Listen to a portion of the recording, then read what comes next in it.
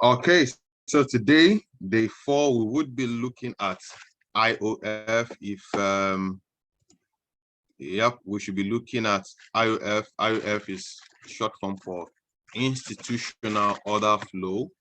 The name stems from the belief that the institutions are the ones that have enough money to move price.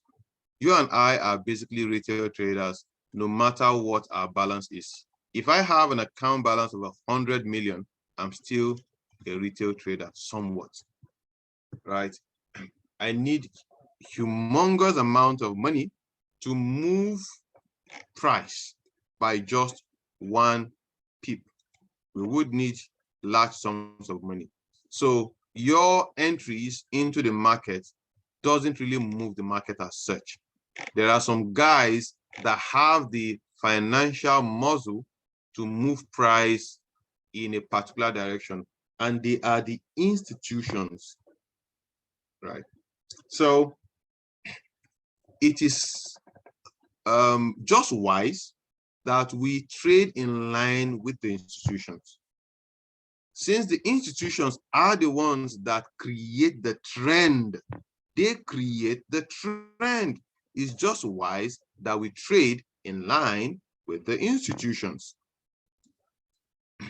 Now, I'll take us back to one of the things we covered before. We said price moves in waves. Is it that it's moving in waves in a determined manner in a particular direction, or is moving in waves in a haphazard manner without really going anywhere? And we said our strategy is going to be based on moving in waves in a particular direction, and we say the technical term is called trend. So usually to go like this. Again, I'm sure you should be tired of seeing this now. Like with HPLR, we were seeking to buy at 0.2 and at 0.3. We weren't going to buy at, sorry, at 0.2, I meant 0.4, I beg your pardon. We weren't going to buy at 0.134 because we said they were already at a premium. We're going to wait for them to come at a discount for us to take a buy. In IOF, how do we determine our discount? In HPLR, we determine our discount by looking at Asia high, Asia low, and yesterday's low. And we determine our premium at looking at Asia high or yesterday high. How do we determine our premium when dealing with IOF, right? So I'm going to define certain terms, and after defining them, we would come back to AJ and look at it. So let me use a different chart here. Whoosh! Let's use a different chart and look at this. I'm going to define some terms, and I want you to follow me, please. So let's say I have a downtrend, something like this.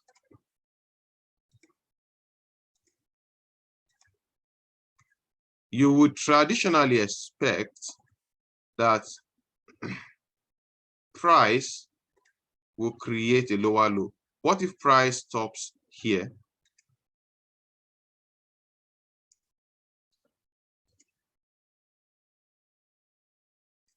And then does this?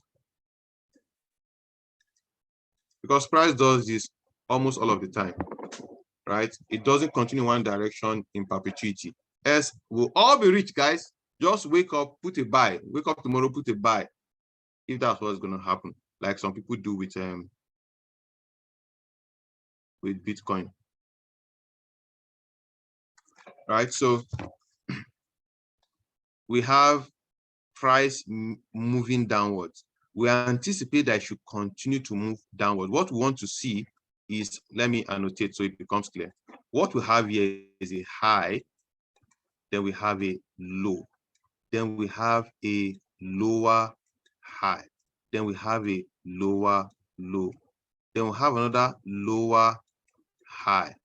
We're expecting to have a lower low, but rather than have a lower low, it made a U-turn here and then went up to give us a higher high, right?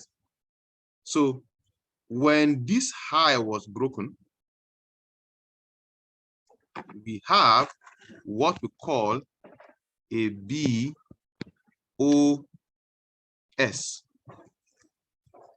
right?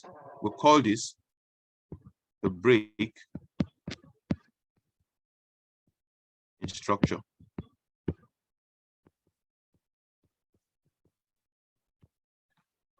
Call this the break in structure. The structure is supposed to be going downwards, but we had a break in structure, right? First term defined, break in structure. So after getting the break in structure, what other thing? When we have a break in structure, our bias changes. If you were selling and there was a bullish break in structure, your bias changes. If you were buying and you have a bearish break in structure, your bias changes. So now we're going to put in our terminologies in better ways. Now I've been able to define two terms. The first one is the bearish break in structure, right? Again.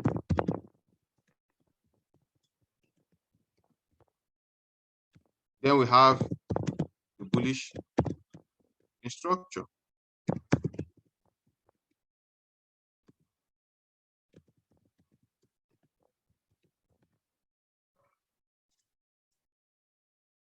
So terminologies we are defining: bearish break in structure, bullish break in structure. You know what that is.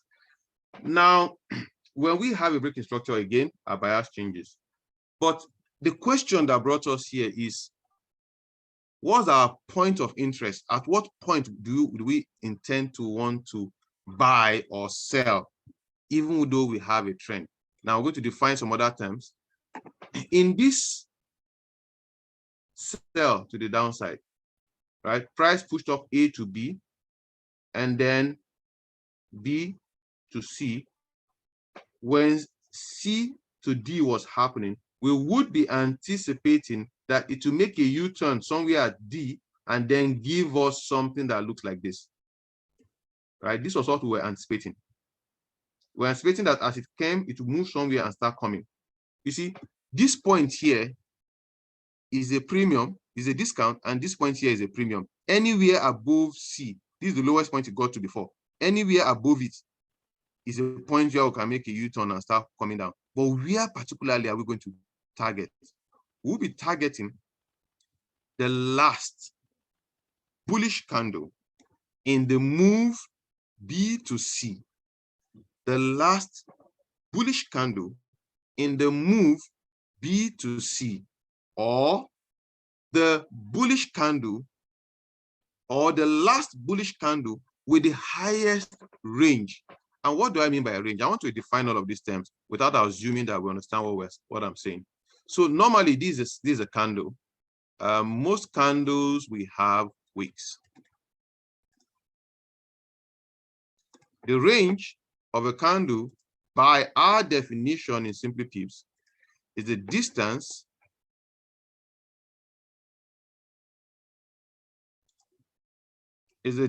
between that point and this point. This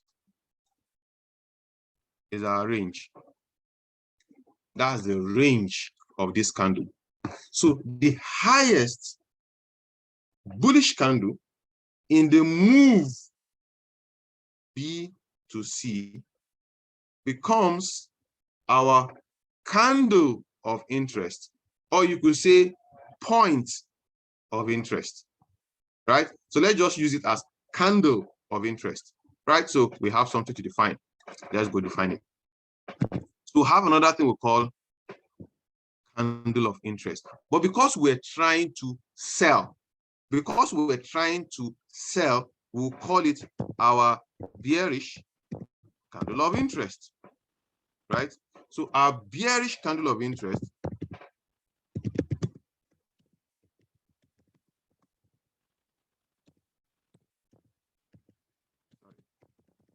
and what is our bearish candle of interest? Let's define it. Our bearish candle of interest is the last, or in this case, highest bullish candle, or highest bullish candle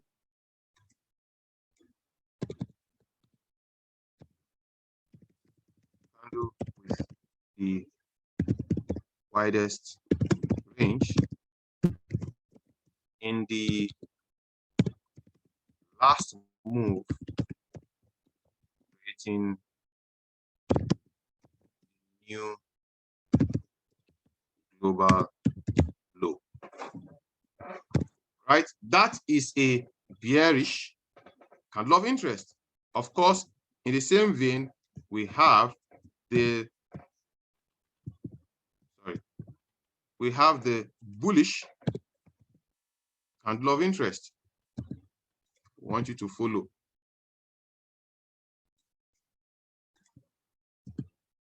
The bullish candle of interest will therefore be,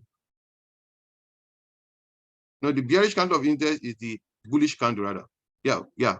Bearish candle of interest, highest bullish candle. So this is bullish candle of interest. Bullish candle of interest is the highest bearish,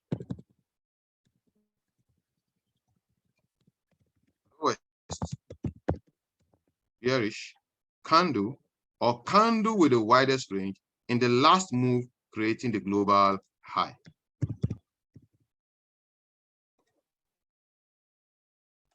Now, let me clean up these things and then we'll explain it better. I'm not assuming anybody understands everything, so we're taking our time. If you already know this, sorry, bear with us. We have new people in our midst. I need to carry them along. So let's get our board up. So we have the bearish candle of interest.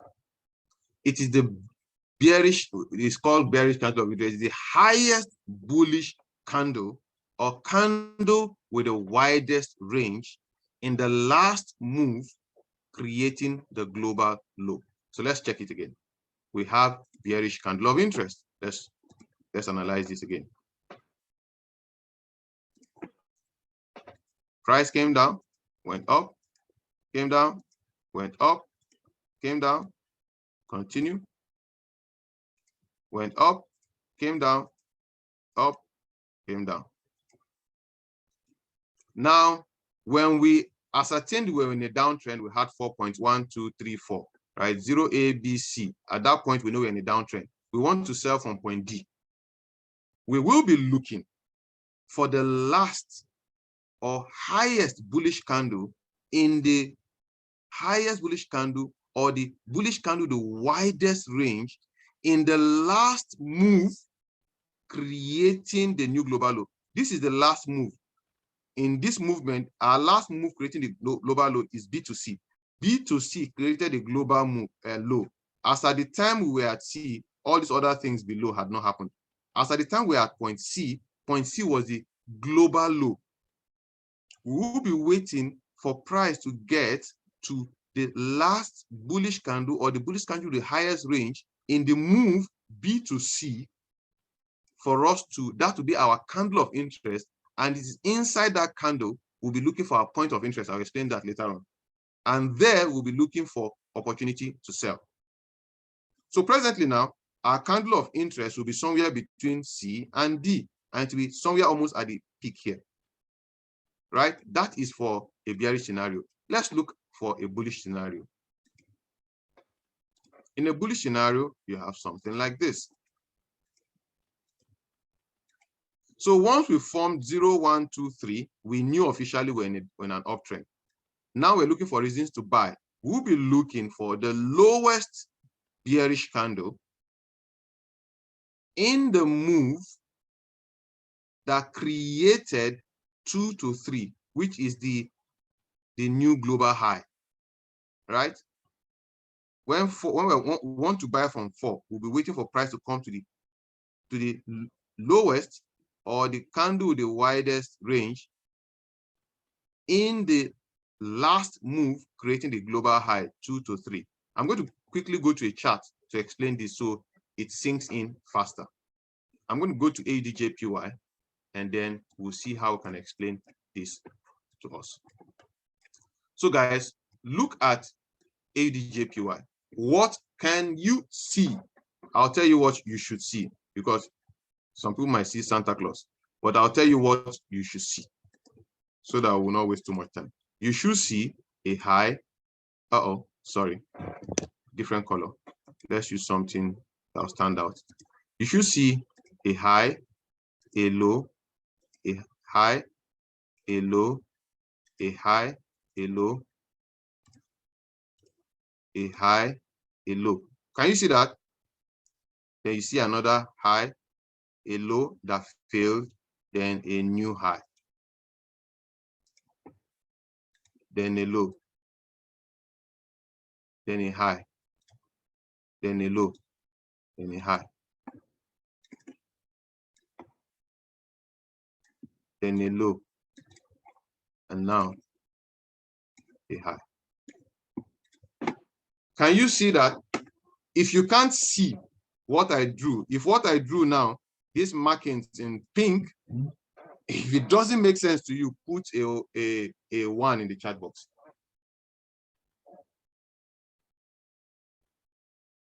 I'll give 30 seconds for that.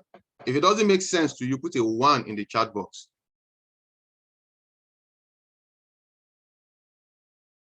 All right, it makes sense to everyone. I guess I'm improving in my teaching. So let's see what happened. We had this move.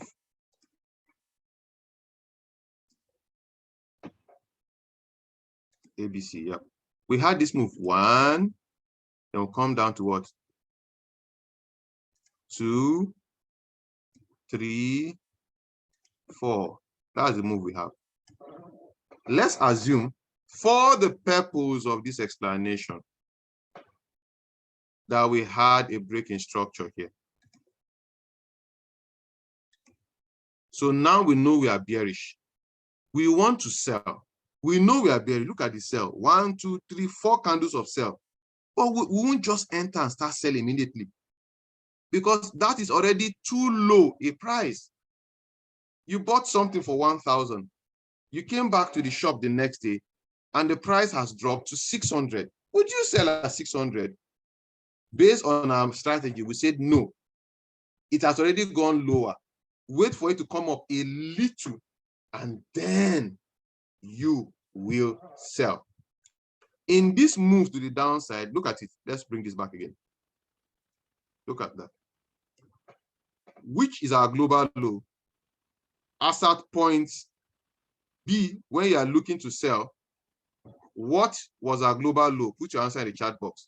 As at point B, when you were looking to sell to point C, what was our global low? Put your answer in the chat box.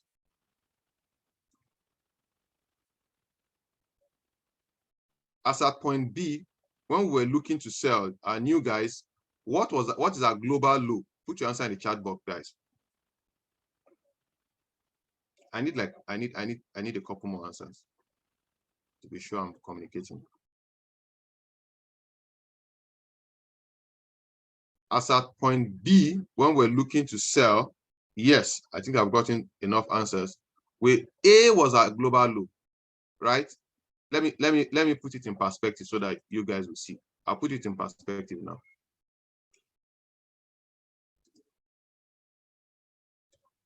This is what you will see in real life. This is what you see in real life. You've seen point 0A. You got a breaker, or what we call a breaking structure. You are looking for opportunity to sell. Where would you sell? By our definition, you would be selling at, by our definition, you'll be, because you're looking at selling, you'll be looking for a bearish candle of interest. Now I'm going to ask a question now. In this chart, can you spot our bearish candle of interest. Our bearish candle of interest is the last or the highest bullish candle, or the highest bullish candle with the widest range before the move A to 0 to A. And which candle is that? This is the candle, that bullish candle. So once price broke here in this bearish candle, once it came back into this highest bullish candle, we began to look for a reason to sell. We began to look for a reason to sell. You see that? Pretty simple, right? Now let's play this thing. For one, we would have found one reason or the other, then we sold, right? Did we get a new global low? Yes, we got a new global low. Yes, we got a new global low, right? This is the new global low. The wick of this candle went lower than the previous one. Now, this is where some people have confusion. Some people prefer to use the wick. Some people say, no, I want body close. Whichever one you choose. To make it easier for this class, we are going to use body close. So this is the first body close below. So that's the next global low, right? If we want to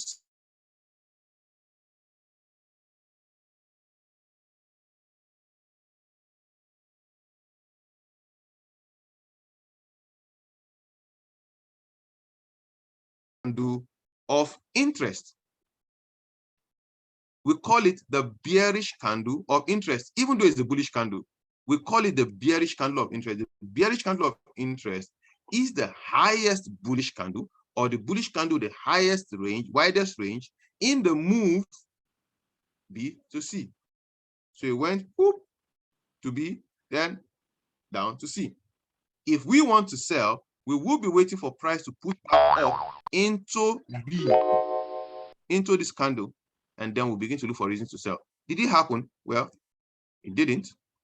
It created a new global low, right?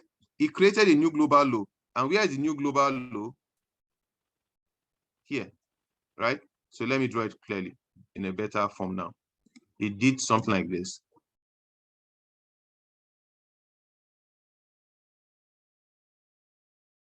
Sorry. It came down here. So now we are looking, where is the next thing we want to do? What next do we want to do? Or if we want to put it in another way, we could say it came like this, and then like this. Whichever way. If you want to sell, you'll be looking at this candle now for your reason to sell. So when price comes into this zone, you'll be looking for reasons to sell. This is a daily candle, and you had one full day of selling. That's one candle you can find there. Just that one candle is what? 93 pips. You could have gotten to TP1 and then comes back to you at stop loss where you break even. Or it could have even given you your TP2 and 3, right? Until you get down to the lower time frame to see that. So that's how you play with this. So that I won't waste so much time, I'm going to just take out all the drawings here now and annotate so that you see how it goes. So here was the highest bullish candle. Remember, I marked that one out. And when price came back to it, we had a reason to sell that one candle. But then price came back and broke through it. It didn't come back to give us a new low. So what we invariably had was a break in structure. What we call price push, came, push. Sorry. I should use the longer one. Let's use the full Elliott wave. All right, so we had 1, 2, 3, 4, 5. We're waiting, expecting it to come down. But rather than come down, it went up. So now what do we have? This black horizontal line becomes break in structure. Break in structure. When we have break in structure, we stop selling, guys. We stop selling. We start buying, right? We start buying, and I'm going to give us the formula for that. Let's go back to our board. So when we have a break in structure, now you understand bullish candle of interest, bearish candle of interest. when we have a change in trend, we change our trend and start doing something. Let's type it down.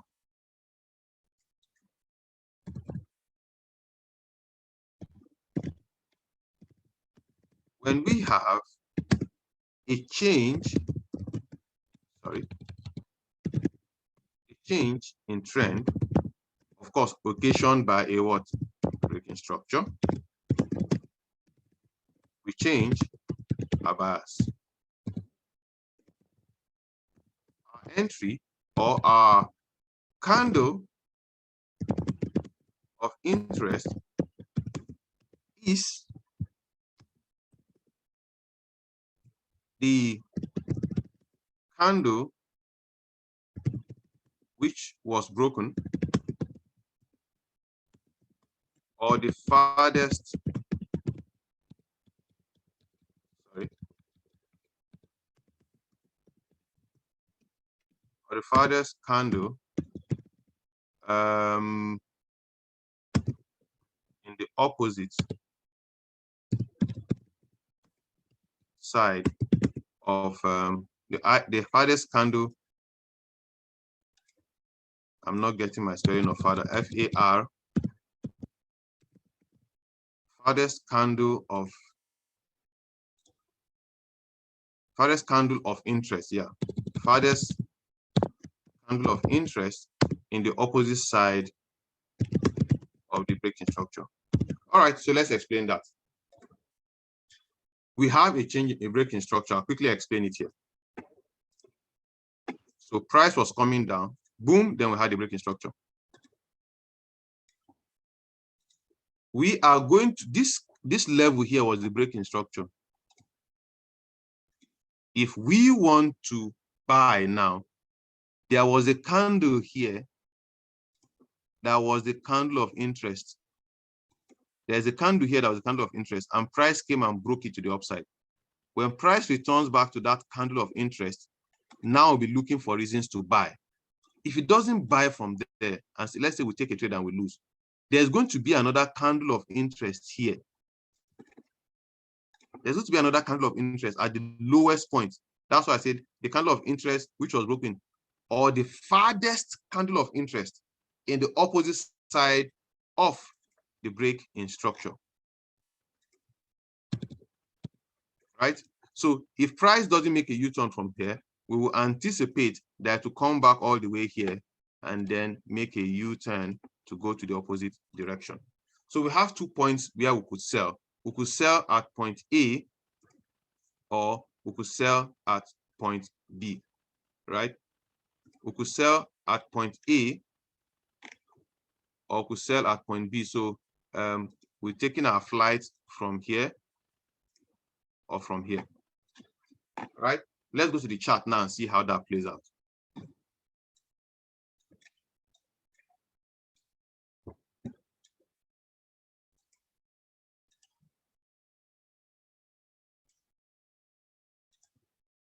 Just a minute. So it's visible for all to see. All right, great. So here we are. We had our breaking structure. Push, price came. This is the candle of interest. 2 marks the candle of interest, right? The highest point. Boom, price came, respected it, and wanted to come down, but then broke it. Now we are going to buy. Where do we buy from? We will still mark up this candle of interest. This was the last candle of interest we're looking at, right? This candle was the candle of interest we're expecting to sell from. Then price violated it. When price comes back into that candle of interest, it's an opportunity to buy. If it leaves here, they'll be looking for this bearish candle. You see, price came back to carry in the pushed up, and then we're in a winning trade. This is the highest point before, the local high, the global highest at that point, right? What is the lowest bearish candle before the move? This is the lowest bearish candle, but this is the lowest bearish candle with the highest range. So our focus will be on this red candle, this black candle. That is the bearish candle of interest, right? So when price broke, if price had come back to this level, we would have bought. Price never came back. right? Price then gave us another candle of interest, which is this bearish candle. Look at that bearish candle, this small one, right? Again, here. Look at price broke it, came back into it, and what happened? We bought. It gave us a new high here. But what was our candle of interest? This last bearish candle. That's it again. We'll mark it up. Last bearish candle. Sorry. What happened? Price came back again into that last bearish candle here, and then boom, we bought again, and it's still buying. Using this methodology alone, we would have caught several sells and several buys in the last 1 month plus. Several sells and several buys in the last 1 month plus. All you need to understand is market structure. I've tried to make it easy, and I guess I inadvertently made it complicated with the explanation, but you should understand what I mean. I'm practically just looking for reasons to sell. If I want to sell, I don't want to sell anywhere, just anywhere. Because if I sell here, what if price goes higher? So I want to wait for the best time to sell. The best time to sell will be inside this peak here, right? And that way, if I'm wrong, I will know on time because it just needs to break 2. And I know I'm wrong. I stop looking for reason to sell instantly. But if I sell here, it can go up and I'll go and sell again. It can go up and I'll go and sell again. It can keep going up and I'll be losing several times. But what if I wait until it gets to this point? I will miss some trade. There are some trades that will move without coming back. I will miss those ones. I'll let them go, but I'll catch the one that comes back here. So now price is here. What am I waiting for? I'm waiting for price to push back into the candle of interest here. And then from there, I'll sell, right? I have the whole of this move, but I won't be selling somewhere inside this point. I refuse to sell somewhere here. If this is my candle of interest here, I'm waiting for price to come back to that zone for me to sell, right? So the next thing I'm going to explain before we begin to call it a wrap is point of interest. Points of interest. This is not mandatory, right? It's not mandatory that I use a point of interest, but we explained it in our scalping strategy we had sometime this year. So I'm going to explain it again because we need it on our last day when we look at scalps and we wrap up. Right? I'll explain it again. So I'm going to use ABC.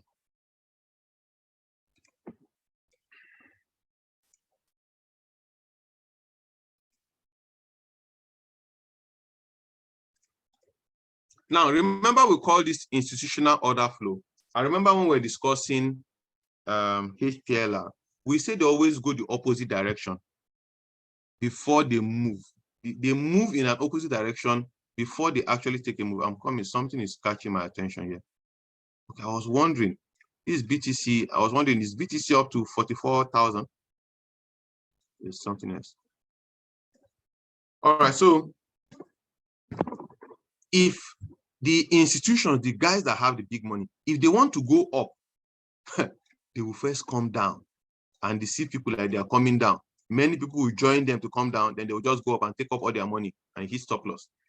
If they want to go up, if they want to come down, they'll go up first and then they'll come down. They'll go up first and they'll come down. They'll go up first and then they'll come down. That's what causes the lower low, lower high, lower low, lower high.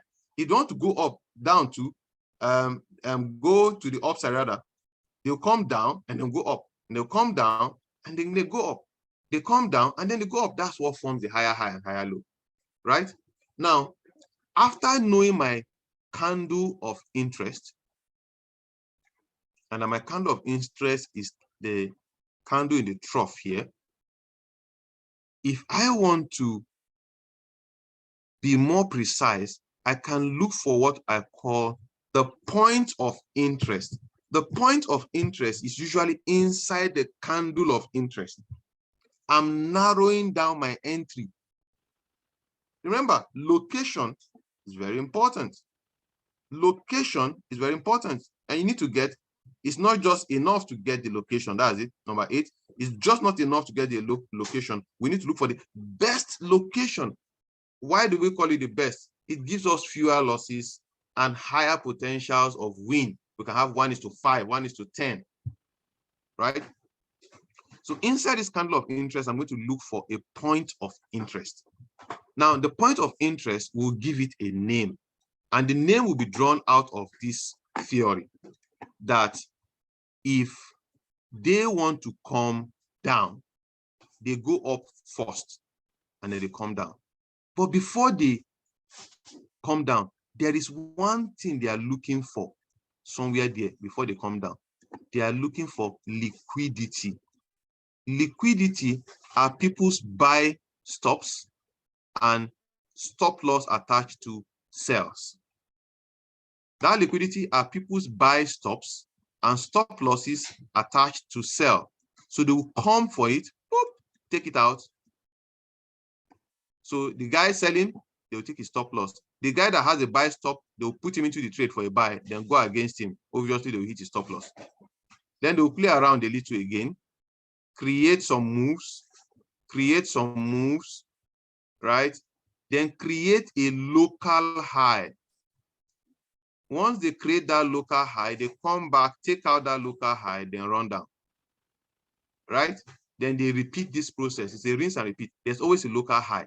This local high we're interested in is the local high inside the candle of interest. And there's an easy way to locate that, right? So we will locate that by calling it a click. And I'll explain what I mean. If they are trying to sell, this is point C, they are presently at point C. It means there will be a liquidity somewhere here for C to go and take out. And once C takes out that liquidity, it will drop. In SimplyPips, we want to call it a click. We want to call it a click. That is C, that's this C, taking out this liquidity, C liquidity. So we call it a click. So we are waiting for price to come and click. That means it's coming to take out a liquidity. The only thing is that this click should be inside our what? Candle of interest. And then boom, it falls to the downside. Right? So we will go back and look at our charts. I'm wrapping up already. And we'll look at what pair we're we playing with here. AJ, all right. Let's call up AJ on our charts. Let's call up AJ on our charts. And let's go to H4.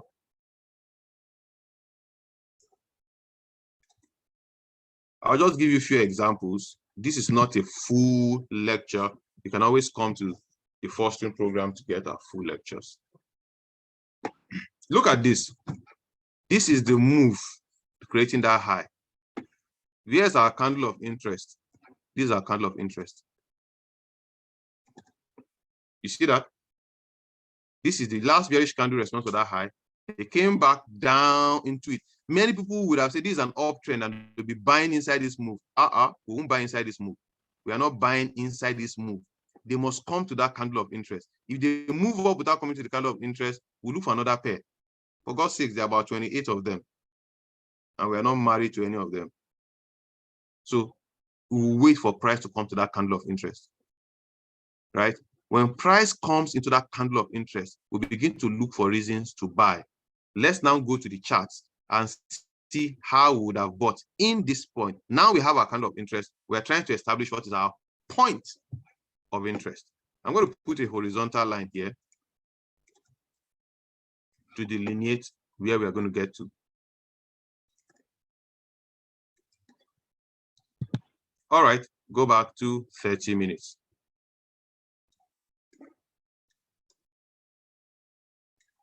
Can you see what happened? We were going to buy, ladies and gentlemen. Every other person will be telling you it's a downtrend, which was why we took time to explain to you yesterday that when somebody say downtrend, ask the person what time frame. Because this thing is looking like a downtrend, true. It's looking like a downtrend, though. True. Look at it. But you are trading on 4 hours. It is not a downtrend for you. It is a discount for you to buy. I wanted to buy, but where are we going to buy from? Right? Remember, I told you that when they want to buy, when they want to sell, or rather, when they want to buy, they will sell first. When they want to buy, they will sell first and they will buy. But this point that they came to, they won't just create it. They will create a lot of things and then create a local low. A local low. Then they will come back for that local low, forming our what? Click. Once they take that click, boop, they move and they never come back. Can you see a local low here? Can you see that local low? You see that local low there? And this local low, what does it coincide with, ladies and gentlemen? It coincides with our Asia low. It coincides with our Asia low. You see that? That's why I said the entry is going to be somewhat like HPLR. So if you are using HPLR, you would have taken this buy. If you are using click local low, you are taking this buy, taking the buy. And how do we know that we have a local low? These pink lines you are seeing and these green lines, horizontal, pink lines and green lines, they all show us local highs and lows. The green lines are showing us local lows. I have it green there because in my mind, when I see green, it means buy. I have it pink there because in my mind, if I see pink, it tells me sell. So you see, price came to the local lows. Boop, came to the local low.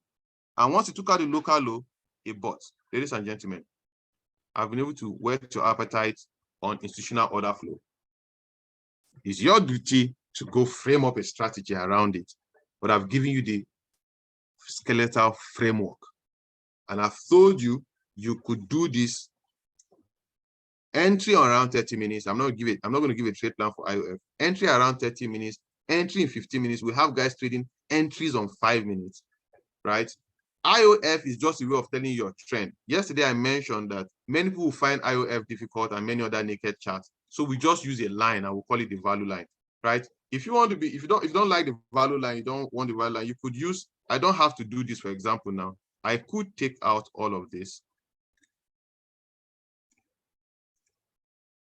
and have a plain chart, right? And I go to H4.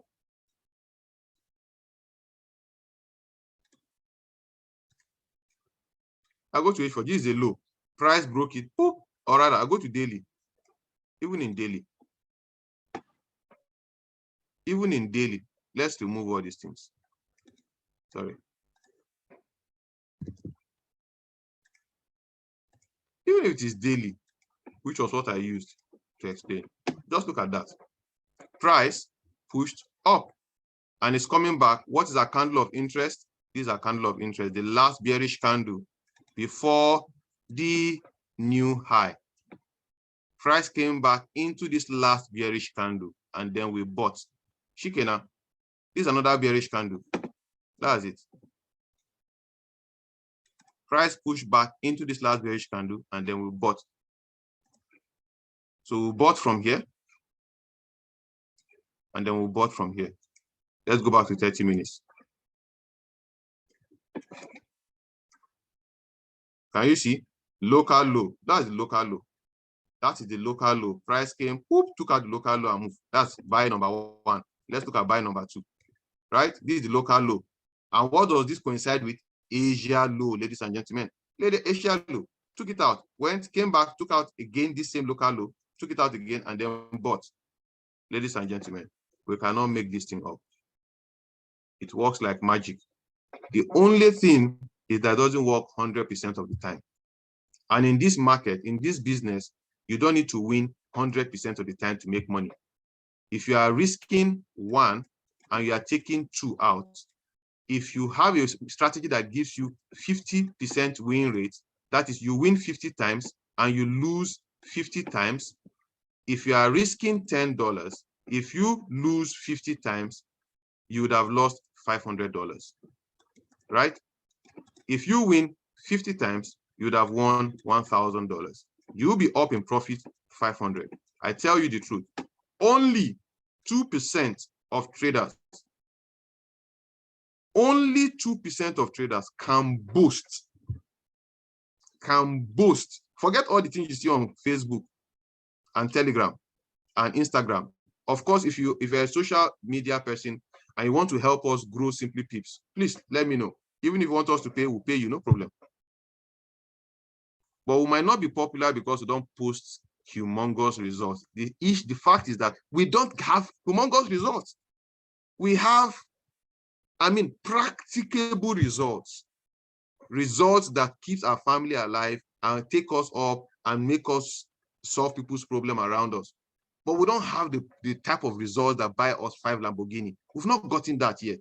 And we are not boasting. And we're not going to rent a Lamborghini or rent any lady in bikini to show that SimplyPips is working. We are not going to do that. We are happy with our 5, 6%, 10% per month. We are happy. But I can tell you this, only 2% of traders can boast of making a net 1 pip profit 3 months back to back. Only 2% of traders can boast of making 1 pip. If you think it's easy, guys, go and start trading for the next 3 weeks, for the next 3 months. Give me your login details. If you make 1 pip back to back for 3 months, I can give you something. Very few traders, guys. Not because of strategy anyway. It's because of day one, discipline. So even though I've given you guys a very good strategy, I can guarantee that several out of the thousands that will watch this video, only 2% will eventually make it because they lack discipline in their life ab initio. And they are trying to force their indisciplined life outside of trading to suddenly, miraculously, like a genie, become disciplined in forex trading.